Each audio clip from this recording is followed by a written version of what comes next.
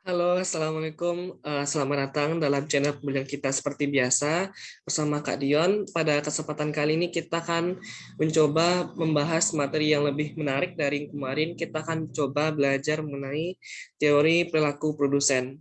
Nah, dalam hal ini kita akan belajar bagaimana sih terkait dengan perilaku produsen dan bagaimana produsen dalam memiliki sebuah perusahaan ketika dia beroperasi produksi ya, bagaimana cara dia untuk memaksimumkan keuntungan yang dicapainya atau diraihnya.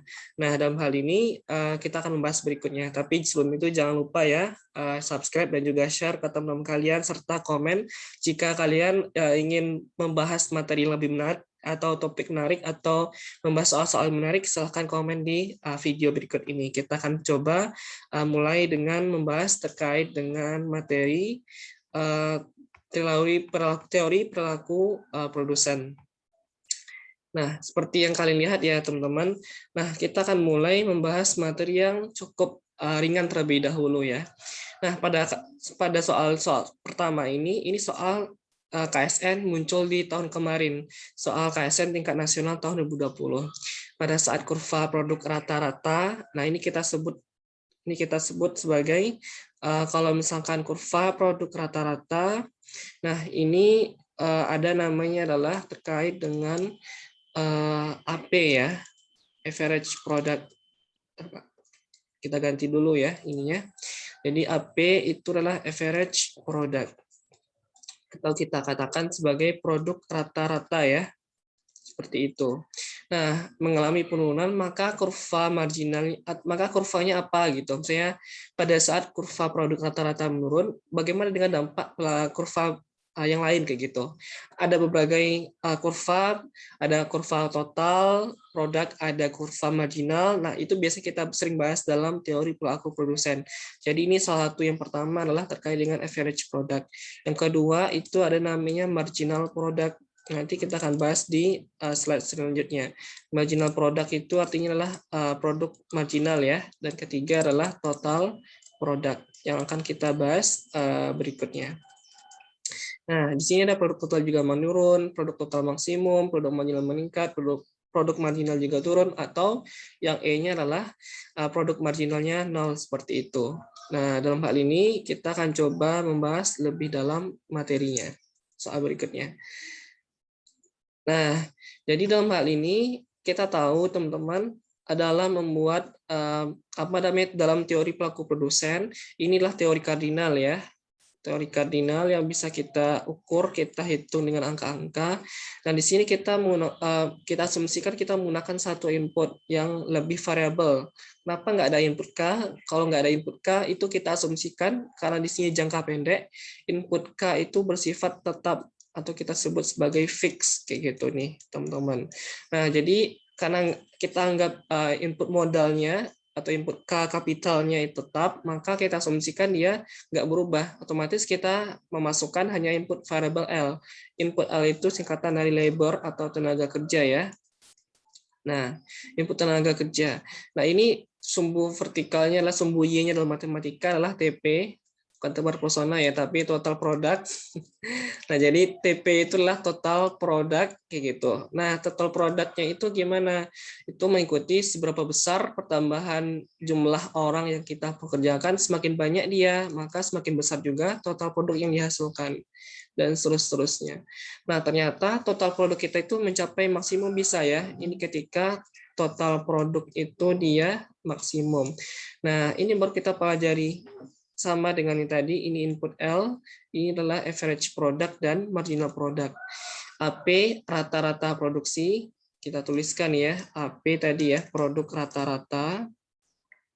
Kemudian untuk MP itu adalah marginal product ya, produk marginal atau marginal product sama aja ya, atau kita katakan pertambahan produk dari kita menambah setiap input labor atau tenaga kerja yang kita tambah.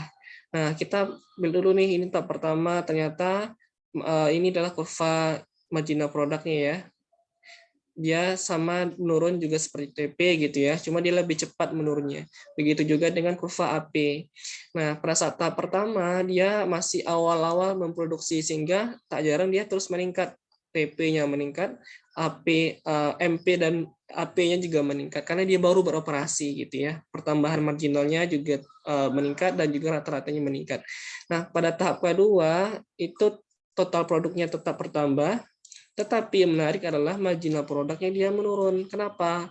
Karena semakin bertambah input, ya pertambahannya nggak sebanyak dari yang awal. Ketika membuat dari barang yang awal, mungkin katakanlah kalian membuat satu satu boneka, nah terus jadi 10 kan banyak tuh. Ketika kalian membuat 10 menjadi 20, nah ini pertambahannya tergantung dari jumlah orang yang kalian pekerjakan.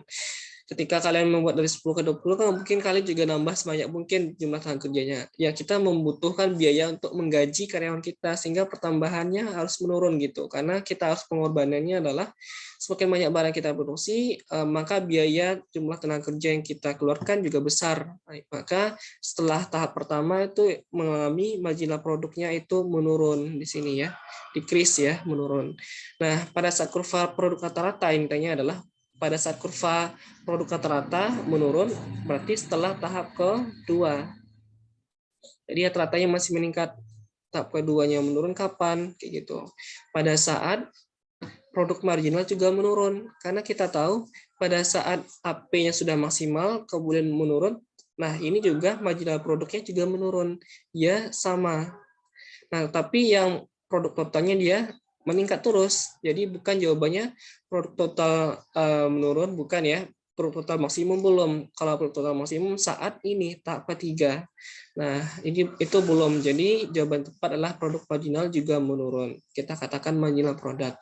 Nah, kalau kita bahas apa itu Kak marginal produk? Marginal produk itu rumusnya adalah total produk setelah kita singkat TP2 ya, dikurangi TP1 dibagi dengan labor kedua dikurangi labor ke-1. Artinya adalah total perubahan produk setelah dikurangi dengan 10 dibagi dengan jumlah penggunaan tenaga kerja kita setelah dikurangi dengan sebelum. Makanya marginal itu kan kita pakai istilahnya adalah delta. Delta TP dibagi dengan delta L seperti itu. Jadi jawaban yang tepat bisa dengan gambar kurva ini ya. Kalian harus ingat jangan dihafal ya, nggak perlu dihafal. Cukup kita ingat aja gitu, kita pahami bentuknya seperti itu. Jadi jawaban yang tepat adalah produk marginal juga menurun seperti itu. Nah, soal berikutnya soal kedua ini ini adalah teori ordinal ya. Tadi kardinal, inilah ordinal yang tidak bisa kita ukur dengan angka-angka, kita hanya bisa membuat prioritas gitu. Nah, soal nomor 2 ini grafik di samping yang menyebabkan kurva isokos bergeser ke sebelah kiri pertanyaannya. Manakah penyebabnya ketika kurva isokos dalam teori pelaku produsen dia bergeser sebelah kiri. Nah, ini mirip-mirip sama kurva kita belajar teori pelaku konsumen terkait dengan budget line atau garis anggaran biaya atau uang yang dimiliki oleh konsumen dalam membeli barang. Sedangkan dalam produsen, ini kita belajar ya, jangan lupa ini kita belajar terkait dengan si produsen. Berarti uang yang dimilikinya untuk membeli faktor-faktor produksi. Jadi dalam hal ini faktor produksinya adalah modal yang dia beli sama dia harus menggaji orang yang dipekerjakan, yaitu tenaga kerja. Berapa sih gaji per satu orangnya kayak gitu. Nah, ketika isokosnya bergeser sebelah kiri, awalnya dia bisa menggaji 10 karyawan, 20 karyawan, terus dia berkurang hanya bisa menggaji 10 karyawan. Begitu juga dengan awalnya dia bisa membeli 20 modal atau 20 unit modal, terus berkurang menjadi 10. Nah, artinya apa? Artinya adalah biaya pendapatannya atau uang yang dimilikinya lebih sedikit dari sebelumnya. Artinya adalah kemampuan dia membayar gaji tenaga kerja atau mempekerjakan tenaga kerja dengan modal itu lebih sedikit dari sebelumnya. Atau itu yang pertama. Yang kedua, penyebab yang lain adalah ketika dia biaya dari masing-masing orang, masing-masing input ini lebih mahal dari sebelumnya. Misalkan gaji UMR-nya naik kayak gitu, otomatis si pengusaha juga kewalahan menggaji si pengusahanya. Maka tidak jarang kita kenal seperti pengangguran gitu ya, atau di PHK karena ya bisa jadi UMR-nya lebih mahal dari sebelumnya harus dibayar, atau mungkin pendapatan perusahaannya lebih kurang kayak gitu. Jadi mau nggak mau dia harus mengurangi jumlah karyawannya dari 20 orang berkurang menjadi 10 orang.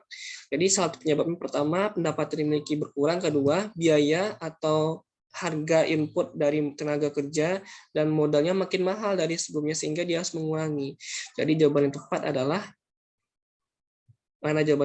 A ya. Input modal dan tenaga kerja biayanya meningkat atau relatif lebih mahal dari sebelumnya. Jadi kenapa dia bergeser sebelah kiri? Karena dia harus membayar lebih mahal dari sebelumnya. Dan sebaliknya ketika dia bergeser sebelah kanan, baru jawaban yang B. Ketika biaya modal dan tenaga kerjanya lebih murah, otomatis dia lebih bisa menggaji atau membayar modal dan maupun juga orang yang dipekerjakannya lebih banyak dari sebelumnya. Apa kan ya? Nah, kita terakhir membahas soal nomor 3 terkait dengan keseimbangan produsen.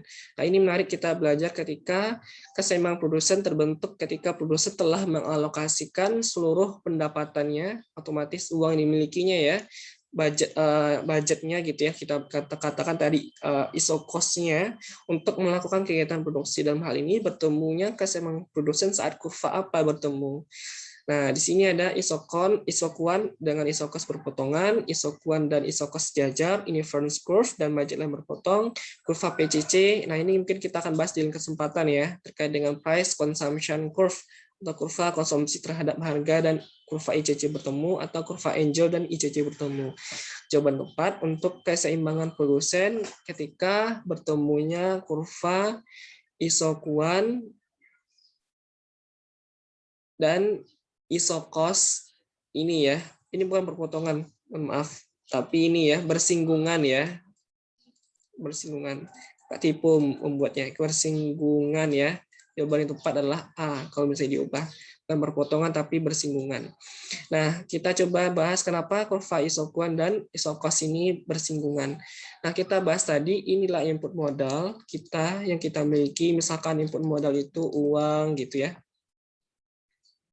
Uang, kemudian mesin, dan lain-lain sebagainya. Intinya adalah modal kita ya, yang kita lakukan untuk mengoperasikan perusahaan kita.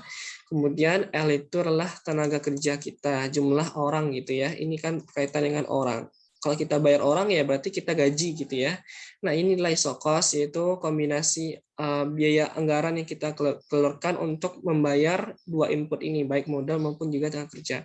Isokuan adalah kombinasi dua faktor produksi, ini kita tuliskan ya, kombinasi dua faktor produksi tadi, yaitu kapital dan labor tadi ya, yang menghasilkan jumlah produksi yang sama ya, menghasilkan, kalau nulis di seperti ini nggak cukup susah ya, jumlah produksi yang sama, seperti itu. Nah, dalam hal ini berarti kalau kita lihat isokuan itulah kombinasi penggunaan tenaga kerja dan kapital dalam menghasilkan output atau jumlah produksi yang sama ketika dia masih dalam satu kurva ini. Nah, ketika dia bersinggungnya kurva isokuan dengan isokos, maka inilah kita katakan tercipta sebuah keseimbangan yang kita katakan namanya adalah keseimbangan produsen. Nah, sama seperti kalau dalam teori pelaku konsumen ini keseimbangan konsumen ketika inference curve dengan budget line yang bersinggungan. Bentuk kurvanya sama, tinggal katanya aja yang diksi katanya berbeda. Sehingga kita katakan misalkan modalnya 10, labornya 10, maka kita katakan inilah muncul keseimbangan produsen seperti itu. Nah, mungkin demikian dapat kita bahas bersama-sama. Semoga teman-teman bisa belajar dengan baik, dan semoga kalau misalkan ada pertanyaan sulit atau juga materi-materi yang nggak mungkin kita bahas lebih banyak ke depannya, silahkan jangan lupa untuk subscribe juga share ke teman-teman kalian. Semoga bermanfaat. Demikian yang dapat kita sampaikan. Sampai berjumpa di lain kesempatan. Terima kasih.